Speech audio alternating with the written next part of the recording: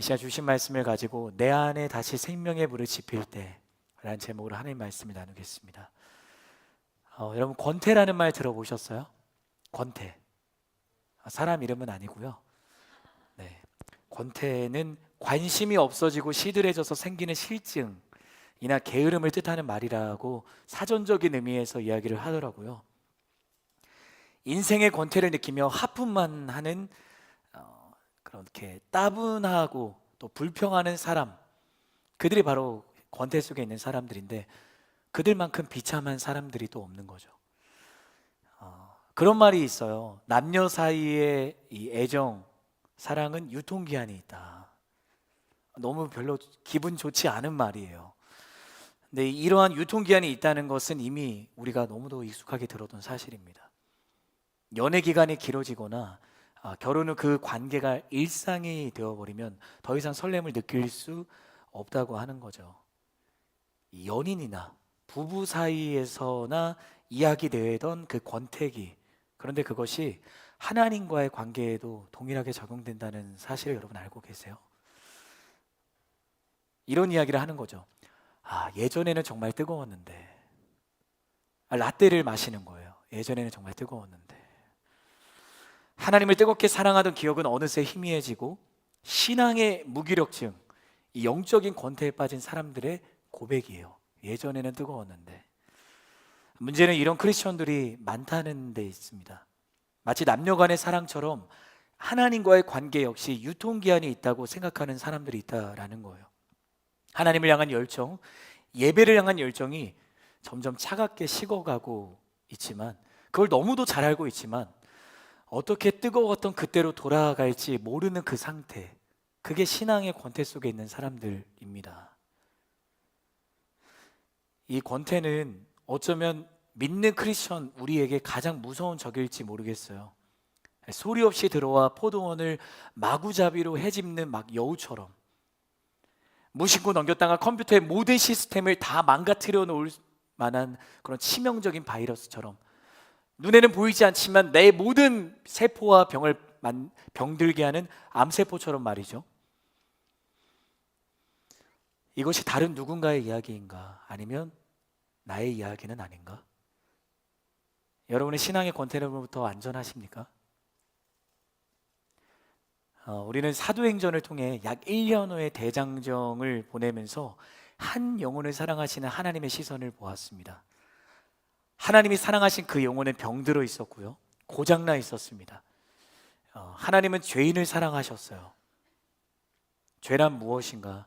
이 죄는 고개를 돌리는 거예요. 따라해 주시겠어요? 죄는 고개를 돌리는 것입니다. 그건 바라보아야 할 대상을 보지 않는다라는 거예요. 우리는요, 하나님 한 분만을 바라보는 존재로 지음받았습니다. 그것이 우리가 살아가는 이유였고 삶의 목적이었습니다. 그런데 하나님이 아닌 선악과, 보암직도 하고 지혜롭기도 하고 탐스럽기도 하는 그 선악을 알게 하는 나무의 열매를 바라보는 순간 죄가 들어온 거예요. 또요, 죄는 귀를 닫는 것입니다. 자, 이것도 따라해 주시겠어요? 죄는 귀를 닫는 것입니다. 그래요, 들어야 할 것을 듣지 않는다라는 거죠. 하나님이 우리를 지으셨다는 것은 그분이 나의 주인이라는 것입니다. 여러분 이거 아멘이십니까? 그분이 우리의 주인이에요. 그러니 내가 그분의 말씀을, 음성을 듣는 건 당연한 거죠. 양이 목자의 음성을 듣는 게 당연한 것처럼 말입니다. 하나님께서는 선악을 알게 하는 나무 열매를 내가 따먹는 날에는 반드시 죽는다라고 말씀하셨어요. 그게 하나님이 주신 사랑의 금지 명령이었습니다. 그런데 그 말씀을 하나님이 처음 창조하신 아담과 하와가 어떻게 기억하고 있었던 거예요? 죽을까 하노라. 죽을 수도 있고 안 죽을 수도 있다. 듣고 싶은 대로 듣고 기억하고 싶은 대로 기억하는 거, 그게 죄입니다. 왜? 지금 그들의 관심이 하나님이 아니라 선악을 알게 하는 그 선악과에 있기 때문입니다. 하나님이 주인이라는 사실이 실증이 난 거예요. 그분의 말씀을 듣고 살아가는 것이 따분해진 것입니다. 결국 이제 내가 내 인생의 주인이고 싶은 그 교만함이 사람 안에 들어왔고 그것이 죄의 시작이 된 거예요. 자, 신앙의 권태가 찾아오는 이유는 무엇인가? 하나님의 사랑이 익숙해졌기 때문이에요. 하나님의 은혜가 당연하다고 여기기 때문입니다. 여러분, 하나님이 나를 위해 이 땅에 예수님을 보내셨다는 말씀을 지금 들었을 때 어떠세요? 여러분의 가슴이 뛰시나요?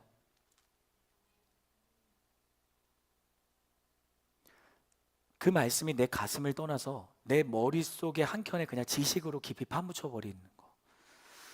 하나님의 사랑을 생각하면 예수님이 나를 위해 십자가에 죽으시고 다시 살아나셨다라는 그 복음이 저와 여러분에게 여전히 복음인가? 오늘은 대림절입니다. 영어로는 어드벤트라고 하는데, 이 대림절은 예수님이 이 세상에 오심을 기억하는 영적인 기간입니다.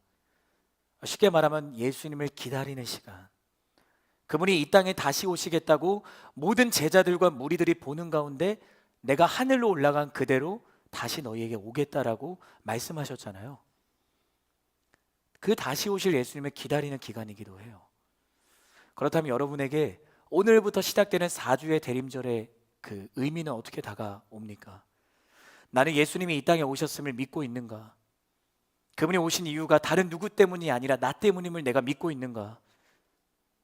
천사들이 선포한 대로 하나님이 이 땅 가운데 다시 오실 것을 나는 신뢰하며 살아가는가? 그분을 기다리며 내 삶의 그 등불에 기름을 준비하고 있는가? 그런 찬양이 있어요. 내 안에 부어주소서. 아시죠? 라떼인가요 이것도? 그때 이런 찬양이잖아요. 기름 준비된 자만이 잔치. 이 찬양. 그래서 마태복음 25장에 나오는 열처녀 비유인데, 예수님이 하나님의 나라 천국을 두고 이 열처녀 비유로 말씀을 하신 거예요. 그러면서 등불을 들고 신랑을 맞으러 나간 열처녀와 같은 것이 바로 하나님의 나라를 기다리는 것이다라고 비유로 말씀을 하셨어요. 5명은 미련했고요, 5명은 지혜로웠다 말씀을 하셨어요. 미련한 사람들은 등불은 있지만 기름을 준비하지 않았어요. 왜? 신랑이 언제 올지 모르기 때문이죠.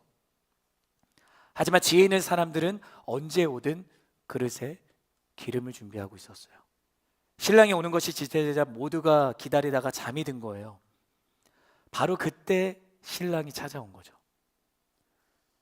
10명의 처녀들이 그 즉시 일어나서 신랑을 맞이하러 나갑니다. 그때 미련한 자들에게는 기름이 없잖아요. 그래서 등불을 켤 수가 없는 거예요. 그래서 지혜 있는 자들에게 우리의 기름을 좀 나눠주라. 그들은 이미 늦었던 거죠.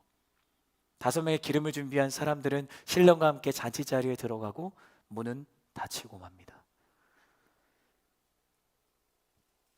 나는 신앙의 권태 속에 빠져 있는가? 언제부터인가 예배를 드려도 예배를 향한 감격을 잃어버린 거예요. 순종이라는 단어를 들으면 버겁고 무겁고 불편한 거죠. 의무 리스트가 그냥 하나 더 나에게 쌓이는 말씀의 시간. 선포되는 말씀, 나 이 말씀 또 들었는데, 말씀이 뻔하고 당연한 소리처럼 들리는, 마치 밑이 깨져 구멍이 뚫린 항아리처럼 듣기는 듣지만 돌아서면 다 잊어버리는 말씀 없이 살아가는 삶이 나의 일상이 되어버리지는 않았는가? 내가 그리스도인이 아닐 때는 복음 안에서 만족을 찾지 않는 것은 당연합니다. 믿지 않을 때는. 하지만 구원받은 후에도 예수님께 존처럼 내가 시선을 돌리지 않는다면 그건 큰 문제인 겁니다. 그런 거예요. 복음이 구원으로 들어가기 위한 회원카드라고 생각하는 거예요. 띡 찍으면 나 이제 구원받았다. 그 외에는 우리의 노력과 성과로 그 구원을 유지해야 된다고 생각하는 일도 너무나도 많고요. 아니, 그렇게 생각조차 하지 않는 사람들이 더 많아요. 여러분, 예수를 믿고 그리스도인의 삶이 시작되고 난 이후에도 복음은 능력이 있는 줄 믿습니다. 그런데 복음이 나를 변화시킬 수 없고, 아니 내가 변화될 수 없는 것은 어쩔 수 없습니다 라고 여기고 있다면 우리는 어쩌면 복음을 싸구려 취급하고 있는 것은 아닌가 하는 생각을 해요. 대림절이 시작되는 첫날, 어쩌면 여러분에게 불편하고 무거운 메시지일지 모르지만 우리가 정말 이 교회력에 따라서 그냥 또다시 돌아온 대림절로 우리가 나아가는 것이 아니라, 나는 정말 주님을 사랑하고 예수님이 나에게 오셔서 나를 위해 십자가에 죽으시고 부활하셨음을 나는 믿고 나의 가슴은 뛰고 있는가, 이걸 점검하지 않는다면 대림절은 그냥 무의미한 시간으로 흘러가는 거죠. 이 시간 말씀을 듣는 가운데 신앙의 권태 속에 있는 나의 모습을 발견하게 될 때 도망가거나 숨지 마시고 다시 하나님께로 달려나가는 주님의 인생들이 되기를 예수님의 이름으로 축복합니다. 우리 오늘 본문 1절과 2절의 말씀, 1절과 2절의 말씀 한 번 더 읽도록 하겠습니다. 시작. 그러나 고통을 겪고 있는 사람들에게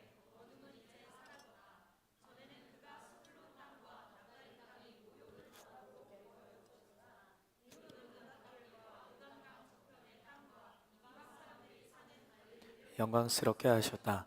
어둠 속에서 걷던 백성이 큰 빛을 보았고 죽음의 그림자가 드리운 땅에 사는 사람들 위에 빛이 비쳤다. 아멘.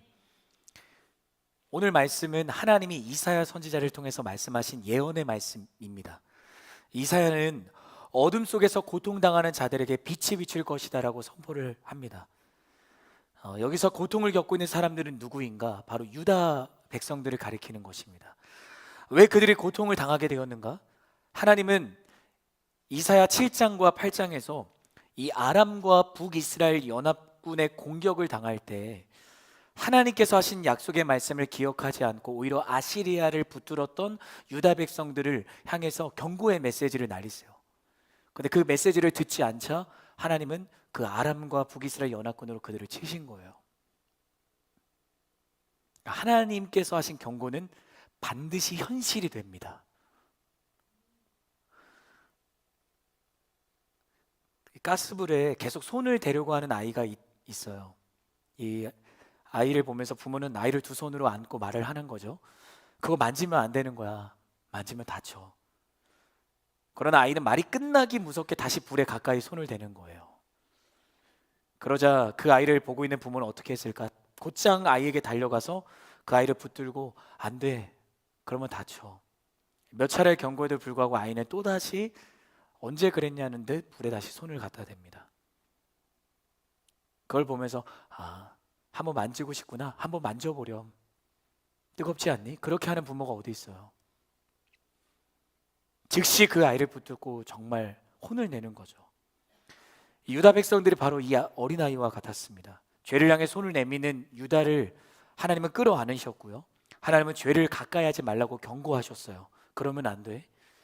그러나 그 말씀을 듣지 않고 계속해서 죄의 손을 잡고 하나님이 아닌 아시리아라는 이방의 민족, 하나님이 아닌 우상을 섬기는 민족에게 기대었던 유다, 어떻게 되었을까요?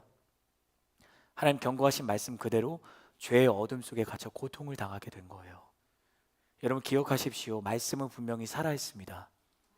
그리고 여러분이 기도하고 찬양하는 가운데 내 마음이 불편하고 찔림이 있을 때 성령 하나님이 여러분에게 주시는 그 거룩의 알람으로 듣기를 주님의 이름으로 축복합니다. 경고는 반드시 현실이 됩니다. 웃으면서 하니까 더 무섭죠? 네, 현실이 되더라고요. 제가 그걸 느꼈어요. 말씀은요, 하나님이 나에게 찾아오시는 영적인 플랫폼입니다. 하나님은 말씀을 듣고 있는 여러분이 지금 삶의 어느 지점에 서 있는지를 정확하게 판단하시는 분이세요. 내가 세상이라는 아시리아에 기대어 살아가고 있지는 않은지 다 알고 계세요. 아무리 숨겨도 숨길 수가 없습니다. 이사야 당시 이 아시리아의 포로로 살아가던 갈릴리는 말 그대로 어둠의 고통 가운데 있었습니다. 우리 삶이 갈릴리와 같았던 거예요. 사단의 포로로 살아가고 있었던 거죠. 이 죄의 어둠 속을 방황하며 그 어둠을 벗어나지 못한 채 고통 속에 살아가고 있었습니다.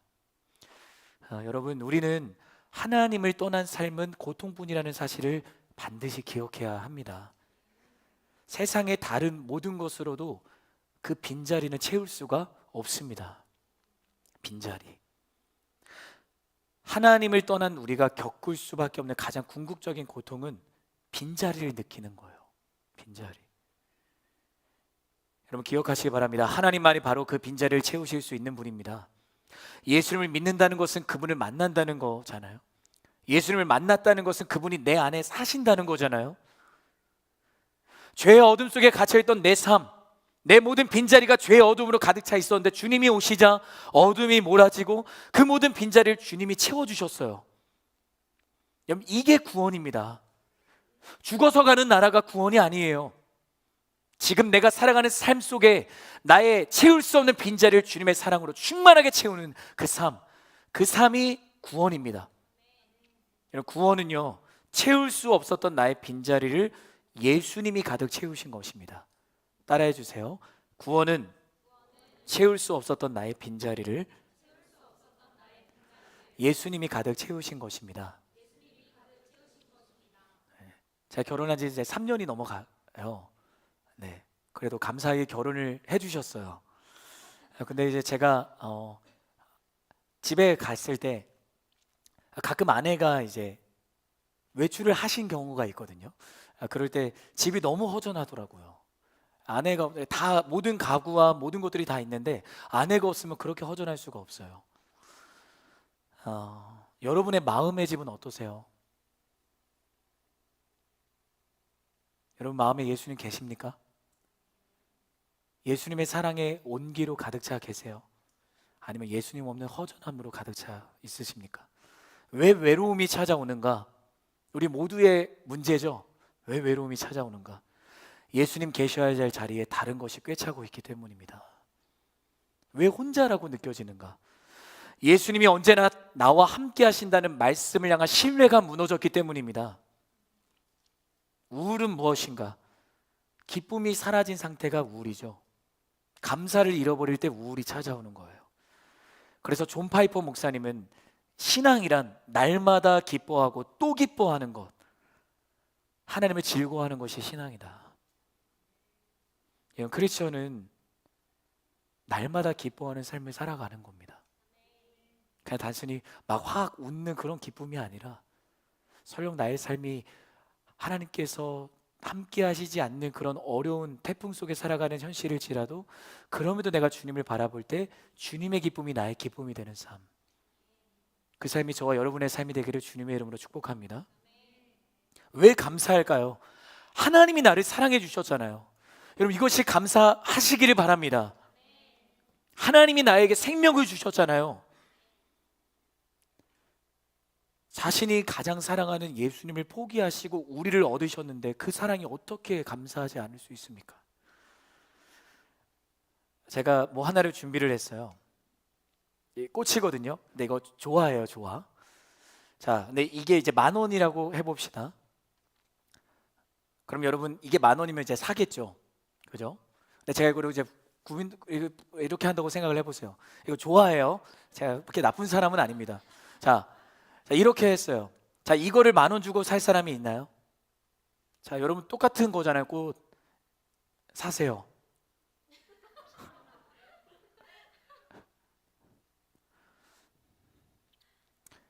우리 삶이 이렇잖아요. 죄로 인해 우리가 비틀어지고 꺾여지고 망가진 인생이 아니었습니까? 우리가 하나님의 형상으로 회복되어 있었다면, 하나님이 창조하신 그 오리지널 디자인대로 있었으면 예수님이라는 값을 지불하시는 게 맞는데, 우리가 꺾여지고 비틀어지고 무너져 있는데 하나님은 우리에게 예수님을 지불하신 거예요. 우리는 예수님 짤입니다. 10,000원짜리 막 그런 말 하잖아요. 여러분 예수님 짤이에요. 그게 감사하지 않으세요? 우리 서로를 보면 이렇게 축복합시다. 당신은 예수님 짤입니다. 세상이 줄 수 없는 가장 값진 거 아닙니까? 내 영혼을 향해 스스로 축복합시다. 우리 가슴에 손을 한번 얹어주시고, 나는 예수님 짤입니다. 날마다 여러분의 영혼을 향해 이렇게 스스로 축복하세요. 나 예수님 짤이야.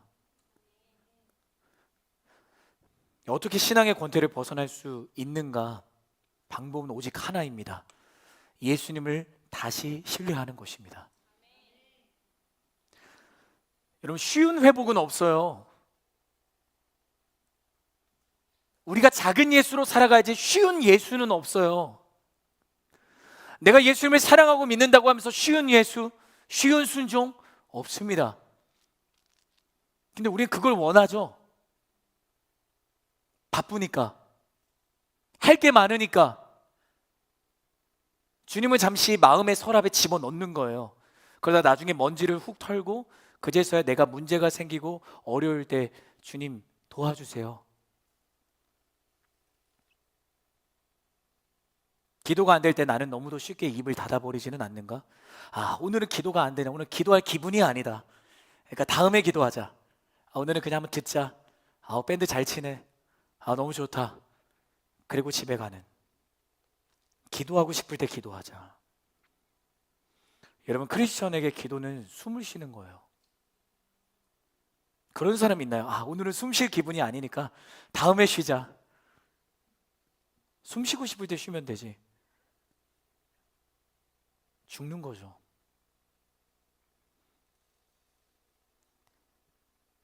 여러분 가운데 기도의 권태 속에 빠진 이들이 있습니까? 기도가 안 되면 기도가 되지 않는다고 기도를 하는 거예요. 기도를 가르쳐 달라고 기도하는 거예요. 여러분, 성령은 나에게 생각나게 하시고 가르쳐 주시는 영이신 줄 믿습니다. 하나님과 대화하는 거, 그게 기도잖아요. 근데 너무도 쉽게 나는 기도의 권태를 선택해 버리는 거예요.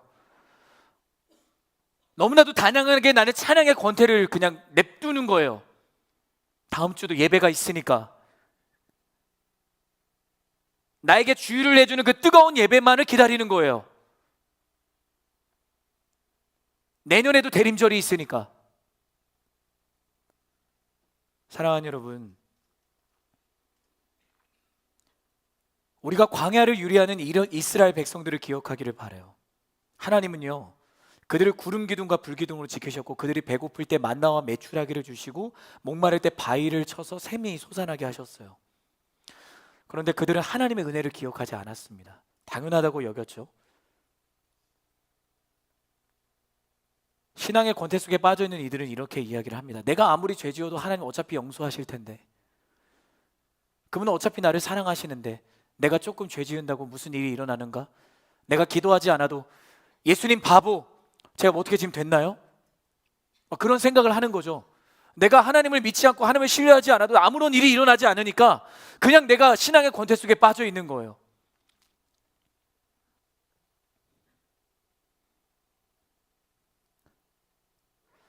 그때 하나님은 그들의 그 무너져 있는 모습을 보고 그들을 구원하신 것을 후회하시고 불뱀을 허락하셨죠. 불뱀을 물려 많은 이들이 죽게 되었습니다. 그때 백성들을 위해 모세는 다시 한번 기도를 해요. 하나님, 저들을 불쌍히 여겨 주옵소서. 그때 하나님은 다시 한 번 더 나무 장대 위에 노뱀을 달아 놓으시고 장대 위에 노뱀을 보는 사람은 산다 라고 말씀을 하셨어요. 자, 모세가 이스라엘 백성에게 하나님의 말씀을 그대로 전하자 이스라엘 백성들의 반응은 어떠했습니까? 노뱀을 보자, 노뱀을 보면 산다 그랬나요? 아니요. 야, 멍청하게 노뱀을 왜 봐? 그 철조가리 본다고 내가 살아날까?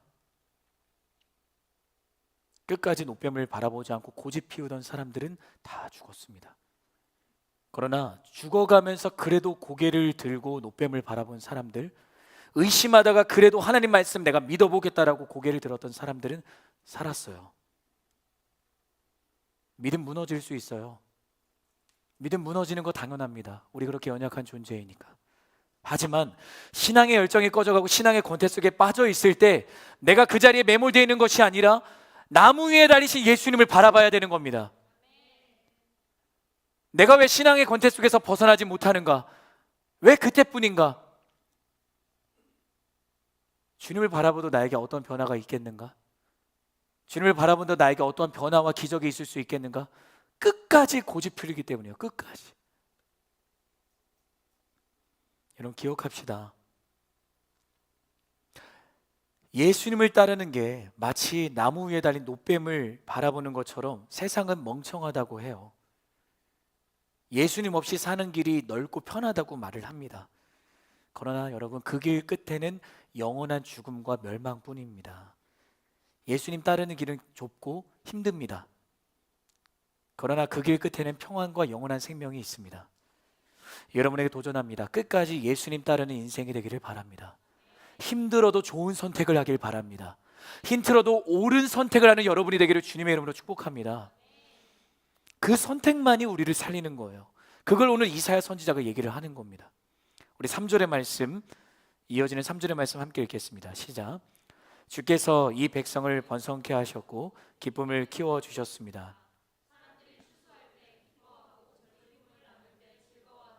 그들이 주 앞에서 기뻐합니다. 아멘. 저는 여러분의 삶이 예수님이 번성하게 하시는 축복을 누리기를 바랍니다. 예수님이 주시는 기쁨이 나를 신앙의 권태와 상처와 우울과 불안과 외로움으로부터 건져주시는 거예요. 여러분, 추수하기 전까지 이 밭을 가는 기다림의 시간이 있잖아요. 밭에 있던 돌을 골라내고 잡초를 뽑아내는 기다림의 시간이 있습니다. 또 밭에 씨를 뿌리고 그 씨가 열매를 맺기까지 기다리는 시간이 있습니다.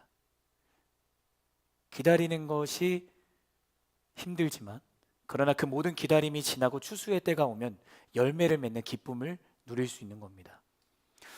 저는 여러분의 가정과 여러분의 직장과 학교에서, 여러분의 모든 삶의 자리에서 늘 이 기다림을 포기하지 않는 이들이 되기를 바라요. 우리는 늘 믿음의 선한 싸움을 싸우는 인생입니다. 내 안에 이 사단은 예수님을 향한 이 열정과 사랑을 꺼트리게 하기 위해서 최선을 다해요. 제가 말씀을 드렸잖아요. 사단도 최선을 다한다. 이 크리스천의 삶이란 신앙의 열정을 지켜내는 영적 싸움입니다. 따라해 주시겠어요? 크리스천의 삶은 신앙의 열정을 지켜내는 영적 싸움입니다. 그러나 우리는 싸움을 두려워할 필요가 없습니다. 하나님이 싸우시기 때문입니다. 여러분, 모든 전쟁은 하나님께 속해 있습니다. 아무리 거대한 골리앗과 같은 죄의 도전이 내 앞을 가로막는다 할지라도 다윗의 고백을 기억하는 겁니다. 너는 칼과 창과 단창으로 내게 나오지만 나는 나를 지키시는 만군의 여호와 하나님의 이름으로 내가 너에게 나간다. 그때 그의 손에 있던 그 보잘것없어 보이는 물맷돌이 골리앗의 이마에 명중하고 쓰러졌던 거잖아요. 다윗의 손에 있던 이 물맷돌을 던진 것은 다윗이 아니었습니다. 하나님이셨어요. 여러분, 이것을 믿으시기를 바랍니다. 저는 여러분의 손에 있는 이 물맷돌, 이 작은 순종을 보잘것없게 여기지 않기를 바라요. 내가 순종한다고 세상이 변하겠어? 내가 순종한다고 가정이 변하겠어? 아닙니다. 여러분의 작은 순종, 그 물맷돌이 거대한 죄의 도전, 그 골리앗을 쓰러뜨리는 하나님의 역사가 될 줄 저는 믿습니다. 여러분, 순종은 반드시 기적을 만들어내는 거예요. 우리 믿음으로 선포합시다. 순종은 반드시 기적을 만들어냅니다. 내가 만드는 것이 아닙니다. 하나님이 만드시는 거예요.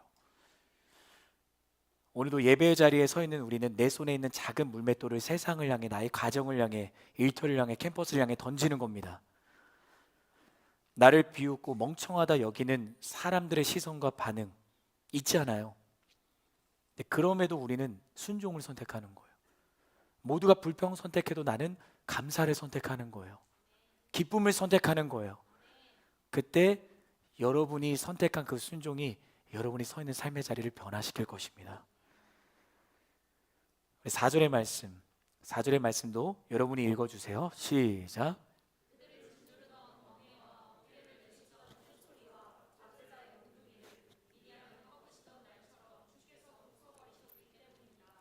아멘. 제가 오늘 좀 여러 가지를 많이 준비했어요. 이 회초리예요. 제가 아까 이제 예배 전에 이거를 준비했어야 되는데 까먹은 거예요. 그래서 회초리 어딨어? 이렇게 하는데 다들 이제 목사님이 우리를 회초리로 사랑의 매로, 그건 아니었습니다. 근데 제가 예화가 필요해서, 제가 이 4절 말씀을 깊이 묵상하는데 너무 감사하더라고요. 왜 감사하냐면 하나님이 이 갈릴리와 이 유다 백성들을 짓누르는 그 회초리 압제자의 몽둥이를 부숴버리셨다라고 지금 되어 있잖아요. 근데 한 손으로, 이건 이렇게 수수깡이니까 부러지기는 해요. 그런데 사실 한 손으로 부러뜨리는 건 어려워요. 그죠? 두 손으로 왜 부러지거든요? 저는 그런 묵상이 되는 거예요. 하나님이 우리를 짓누르고 억누르는 모든 죄의 몽둥이를 그분의 두 손으로 부러뜨리시는구나. 하나님의 열심인 거죠. 그 전능하신 하나님이 그분의 두 손으로 나의 모든 죄의 몽둥이와 회초리를 부서뜨리시는 겁니다. 여러분, 저는 오늘도 여러분을 구원하시는 그분의 열심을 믿기를 바라요. 하나님이 여러분을 지켜주십니다. 하나님이 최선을 다하십니다. 하나님이 여러분의 삶에 가장 든든한 백이 되어주십니다. 부서뜨리시는 거예요. 그분은 5절이 말하고 있잖아요. 쿵쿵거리며 지팔 받던 모든 그 군화와 피범벅이 된 그 모든 군복이 다 땔감이 돼 불에 다 사라져버리는, 그게 하나님의 역사인 거예요. 그러니까 성령님의 불이 내 안에 자리 잡은 모든 신앙의 권태를 다 태우시는 거예요. 우리 6절과 7절의 말씀 두 구절 함께 읽도록 하겠습니다. 시작. 한 아이가 우리를 위해 태어났다. 우리가 한 아들을 얻었다. 그의 어깨에는 주권이 있고 그의 이름은 기묘자, 모사, 전능하신 하나님, 영원하신 아버지, 평화의 왕이라 불릴 것이다. 그분의 넘치는 주권과 평화는 다윗의 보좌와 그의 왕국 위에 끝없이 펼쳐질 것이다. 지금부터 영원히 공평과 정의로 그것을 견고히 세우실 것이다. 만군의 여호와의 열정이 이것을 이루실 것이다. 우리 마지막 만군의 여호와의 열정이, 거기만 우리 한 번 더 읽어볼까요? 시작. 만군의 여호와의 열정이 이것을 이루실 것이다. 이것을 믿는 저와 여러분이 되기를 바랍니다. 결론입니다. 오늘 하나님은 이사야를 통해 말씀하세요. 그리고 이 말씀, 이 1절부터 7절의 말씀이 가리키는 한 분, 태어난 한 아이, 그는 바로 예수님을 가리키는 것입니다. 본문은 예수님의 이름을 7절에서 6절에서 단순히 부르는 게 아닙니다. 기묘자, 모사, 전능하신 하나님, 영원하신 아버지, 평화의 왕. 그냥 단순하게 예수님의 이름을 부르는 게 아니라 그 이름 안에 담긴 하나님이 담으신 놀라운 은혜를 선포하는 거예요. 사랑하는 여러분, 예수의 이름 안에 하나님의 은혜가 가득 담겨져 있습니다. 예수의 이름에는 능력이 있습니다. 그 이름에 능력이 없었으면 우리가 어떻게 여기에 있어요?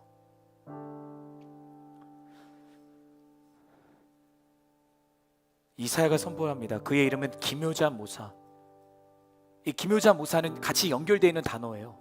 모사의 기묘자, 영어로는 원더풀 카운셀러 이거든요. 예수님이 놀라운 상담가가 되어주시는 거죠. 신앙의 권태를 벗어날 돌파구는 세상에서는 결코 찾을 수 없습니다. 찾아보세요. 찾을 수 없을 거예요. 오직 예수님만이 여러분의 그 신앙의 권태, 외로움, 혼자 있는 것 같은, 나는 세상에서 어떠한 존재로 살아가는가, 늘 나를 향한 그 질문들, 그 질문에 대한 유일하게 말씀하실 수 있는 분은 오직 하나님 한 분뿐입니다. 예수님만이 여러분의 무너진 그 신앙의 자리들 생명의 불로 지피실 수 있는 거예요. 여러분, 그분이 우리의 영원하신 아버지가 되심을 믿으시기를 바랍니다. 우리가 둘째 아들처럼 하나님을 떠나 살아가는 때가 있어요. 그런데도 아버지 되신 하나님은 우리를 마냥 기다리고 계시는 거죠. 바보처럼. 진짜 바보 같은 분이에요. 그런데 우리를 그렇게 사랑하시기 때문이죠. 저는 우리도 하나님을 그렇게 바보같이 사랑해야 되지 않는가라고 생각해요. 첫째 아들처럼 아버지가 옆에 계신데도 그거를 은혜로 생각하지 않는 거죠. 둘째 아들이 돌아오면 그게 시샘이 나는 거예요. 왜 둘째 아들만 사랑하십니까? 곁에 아버지가 여전히 함께 하시는 게 첫째 아들인데, 내가 첫째 아들일 때는 없는가? 내가 둘째 아들일 때는 없는가? 하지만 그분은 영원히 나의 아버지가 되어주시는 것입니다. 또요, 그분이 평화의 왕이신 거죠. 이 시대는요, 평화를 잃어버린 시대예요. 이 땅의 청년들은 평안하지 않아요. 예수님 없는 삶은 평안할 수가 없습니다. 빈자리가 있기 때문이죠. 근데 그걸 다른 걸로 채우려고 하는 거예요. 사람의 인정과 칭찬으로 채우려고 하고요, 돈으로 채우려고 하고요, 다른 걸로 다 채우려고 하는 거죠. 그런데 채울 수 없는 거예요. 저는요, 여러분이 대림절을 시작하는 이 시간, 내 마음에 생명의 불을 지피시는 예수님을 다시 신뢰하는 하나님의 사람으로 서 있기를 바랍니다. 그래서 우리는 늘 하나님께서 나를 샬롬의 은혜로 어루만지신다는 것을 믿고 나아가야 되는 거예요. 우리의 열정이 식는다고 해도 하나님의 열정은 식지 않습니다. 따라해 주시겠어요? 우리의 열정이 식는다고 해도 하나님의 열정은 식지 않습니다. 이것만 하고 여러분, 우리 찬양할 거예요. 여러분, 모세를 하나님이 부르셨던 장면 기억하세요? 다 타지 않는 떨기나무 가운데 주님이 모세를 부르시잖아요. 타지 않는 그 열정으로 주님이 모세야, 내가 너를 사용하기를 원한다. 늘 하나님이 우리에게 그렇게 말씀하세요. 근데 그 모세는 이렇게 얘기를 해요. 주님, 나의 혀가 둔합니다. 나는 할 수 있는 것이 아무것도 없습니다.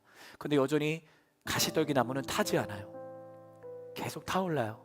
그러면서 너가 있는 그 땅이 거룩한 땅이니 너가 신고 있는 그 신을 벗으라. 너의 손에 있는 그 보잘것없는 지팡이를 내려놓아라. 내가 그것을 사용한다. 사랑하는 여러분, 하나님의 열정은 식을 수가 없습니다. 그 타지 않는 가시떨기 나무 같은 그 모세의 부르심과 같이 주님은 오늘도 그 타지 않는 열정으로 여러분을 부르시고 계세요. 신앙의 권태 속에 있는 이들 살아나기를 주님의 이름으로 축복합니다. 모든 여러분에 있는 우울과 외로움 하나님의 사랑으로 다 몰아지기를 예수님의 이름으로 축복합니다. 하나님의 열정을 신뢰하기를 바랍니다.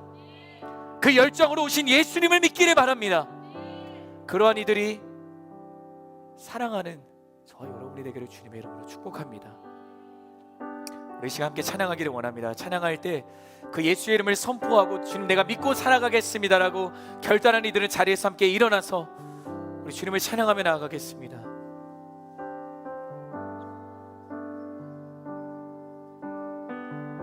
아침이 밝아올 때 아침이 밝아올 때에 찬양의 맘 주시네. 주를 향한 나의 찬양 주 마음을 리리. 2절로 고백합니다. 주의 이름 부를 때 주의 이름 부를 때 나의 마음 채우소서. 나의 마음 채우소서.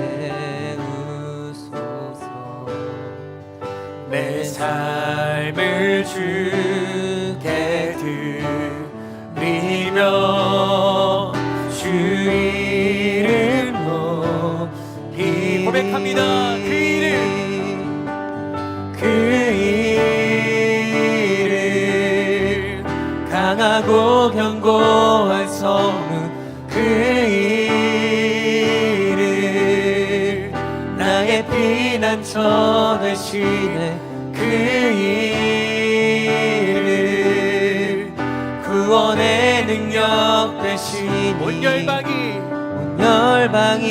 다 찬양하네. 한번 고백합시다. 그 이름 강하고 견고한 성문 그 이름 나의 피난처 되시네. 그 이름 구원의 능력 되시니 온 열방이 다 찬양하네. 그 이름 네, 한번 고백할 때 여러분의 가슴에 두 손을 얹고 우리 믿음으로 고백하며 나아갑시다. 우리 고백합시다. 아침이 밝아올 때 아침이 밝아올 때에 찬양의 맘 주시네. 주를 향한 나의 찬양 주를 향한 나의 찬양 주 마음을 리리. 주의 이름 부를 때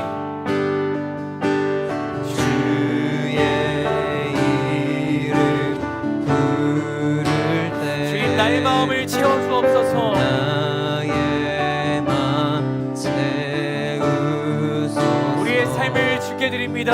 내 삶을 주께 드리며 주 이름로 우리 믿음으로 선포합시다. 그 이름 강하고 견고한 성루 그 이름 나의 피난처 되시네 나의 피난처 되시네 그 이름 구원의 능력 되시니 온 열방이 다 찬양하네 그 이름 강하고 견고한 성루 그 이름 나의 피난처 되시네 그 이름 구원의 능력 되시니 온 열방이 다 찬양하네 그 이름 예수의 이름에 능력이 있습니다. 예수의 이름이 여러분을 모든 신앙의 권태에서 일어서게 하실 줄 믿습니다. 이 시간 기도할 때 하나님 내 안에 다시 생명의 불을 지펴주세요. 내 안에 주님을 향한 열정 다시 타오르게 하여 주옵소서. 예수의 이름이 그렇게 하실 줄 믿습니다. 이렇게 소망하는 자들마다 주님의 이름 한번 외치고요, 우리 함께 간절하게 기도하며 나아가겠습니다. 기도합시다. 주여